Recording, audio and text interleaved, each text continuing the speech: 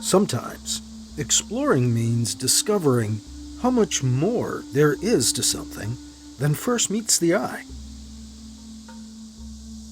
I'm author and researcher Mike Luoma. Cahokia may be bigger, and Serpent Mound more eye-catching, but the earthworks of Mounds State Park in Anderson, Indiana, are stunning in their astronomical complexity.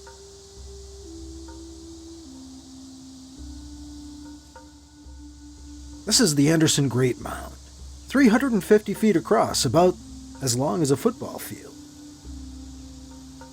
Archaeoastronomy shows these embanked enclosures align with risings and settings of the sun and moon on solstices and equinoxes, and with the movement of bright stars and star groups like the Pleiades as well.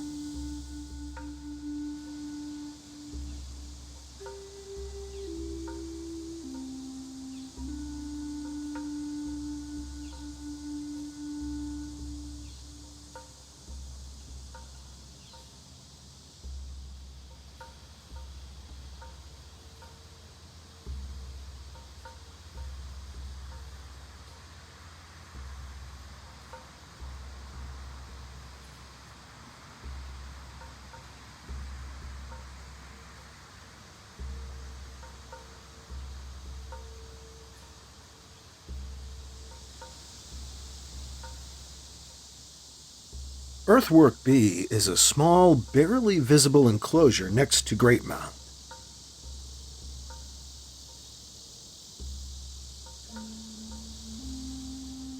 The ditch here was once 4 feet deep. From inside Great Mound, this earthwork aligns with the rising of the bright star Fomalhaut.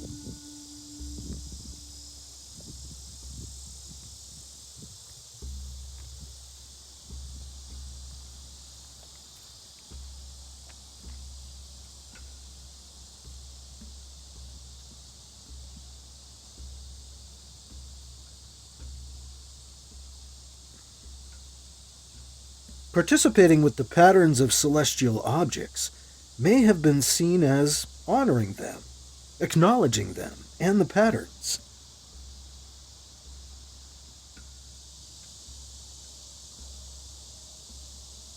Incorporating those celestial objects and patterns into rituals may have tied those rituals into the greater patterns of the universe.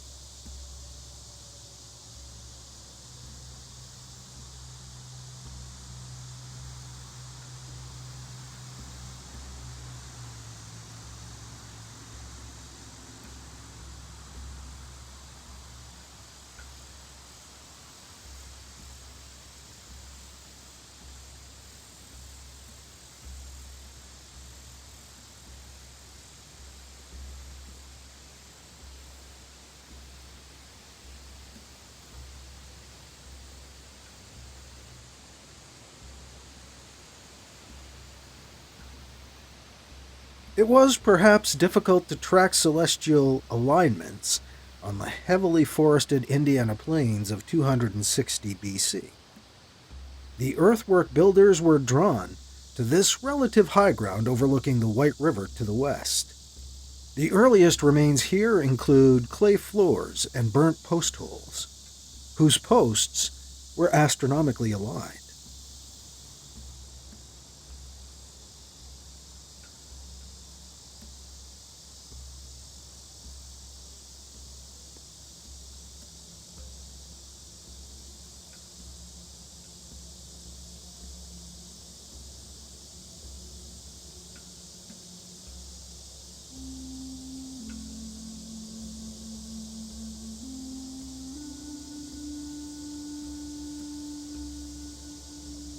A small mound used to cover the center here, where the post holes were found. It was looted, excavated, then removed long ago.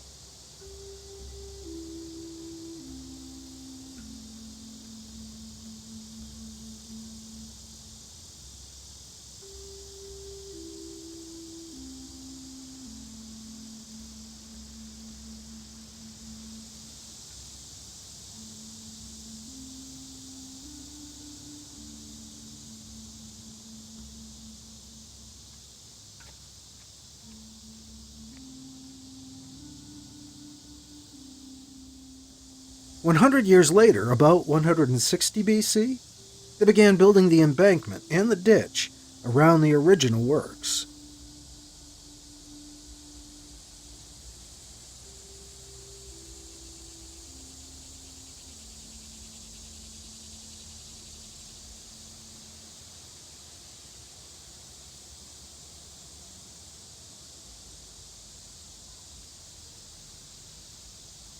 The circular enclosure served as an artificial horizon for those on the inside.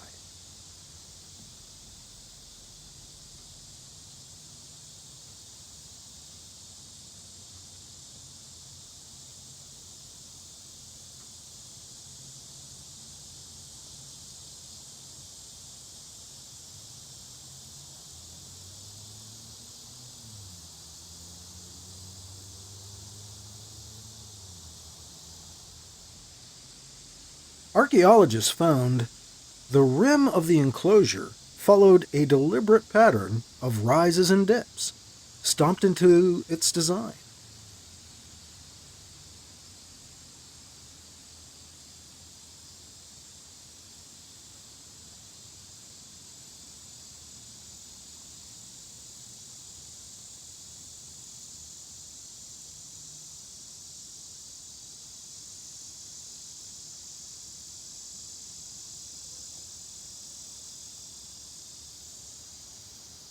This same design is replicated, reproduced on the other big enclosure, Circle Mound, and on the small mound next to Great Mound on a summer solstice alignment, Fiddleback Mound.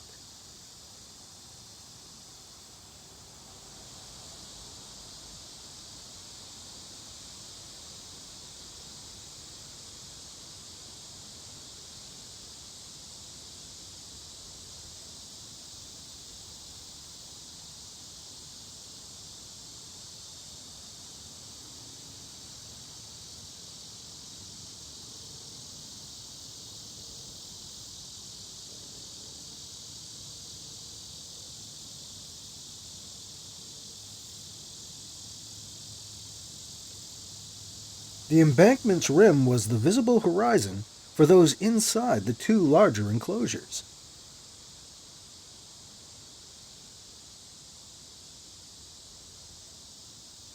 Did this design reproduce the horizon of some original lost homeland? One of ritual significance?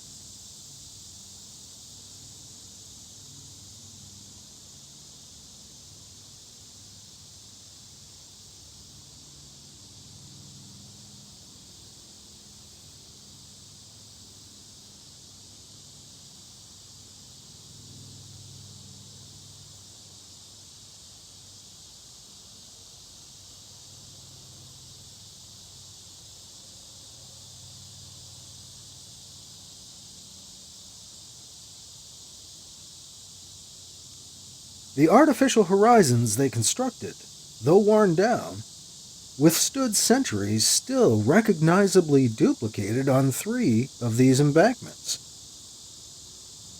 They were created with definite purpose.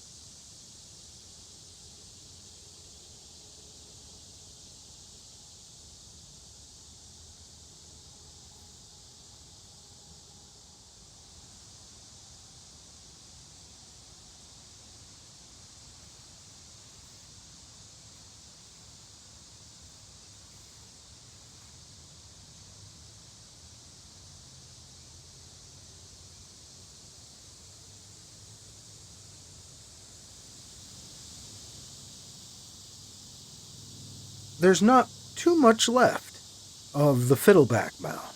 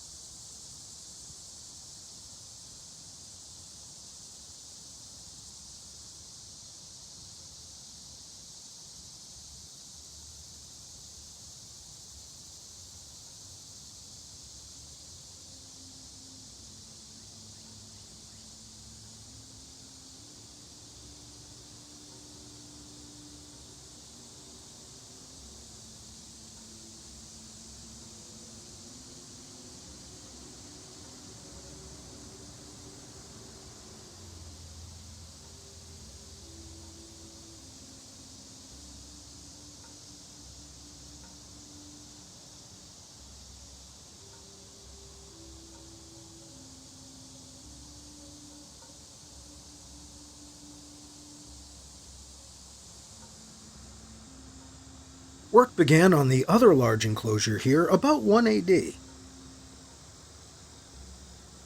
Circle Mound is actually more of a rectangular enclosure. Its longer sides used to bow in, giving it a wide hourglass shape originally.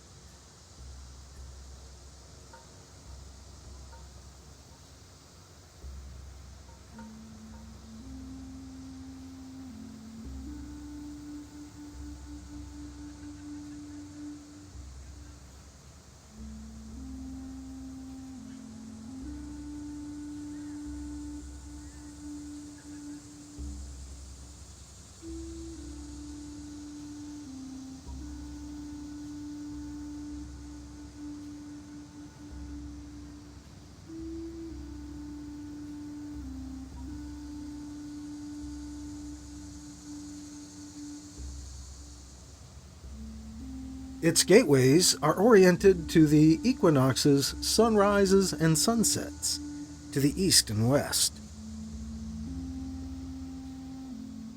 There are solstice alignments here too, through the opposite corners.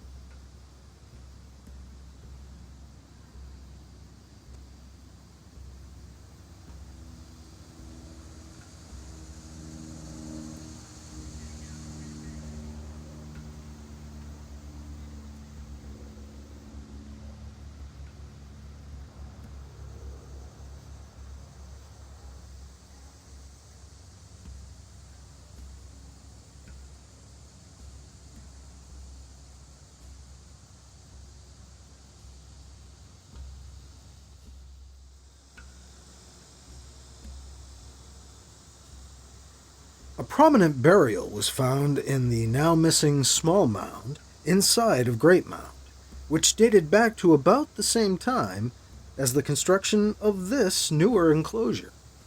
Perhaps the original site was retired along with a prominent individual, and this new one begun.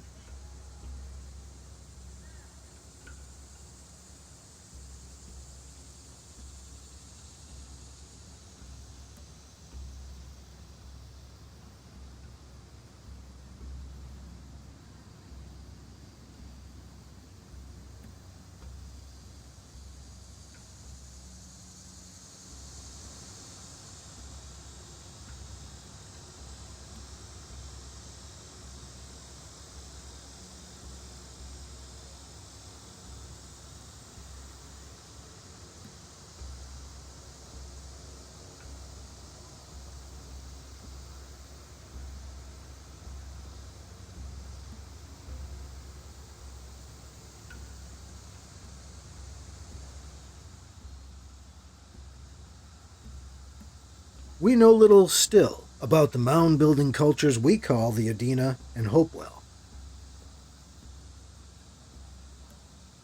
They were gone from here by about 200 AD, though later inhabitants returned and buried their dead in the mounds a few hundred years later, perhaps in practice of cultural memory.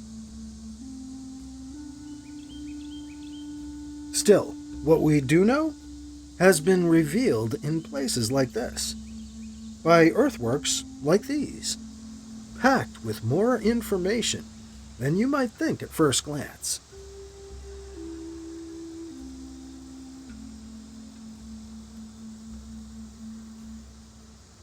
I'm Mike Luoma. Thank you for experiencing Mounds State Park with me.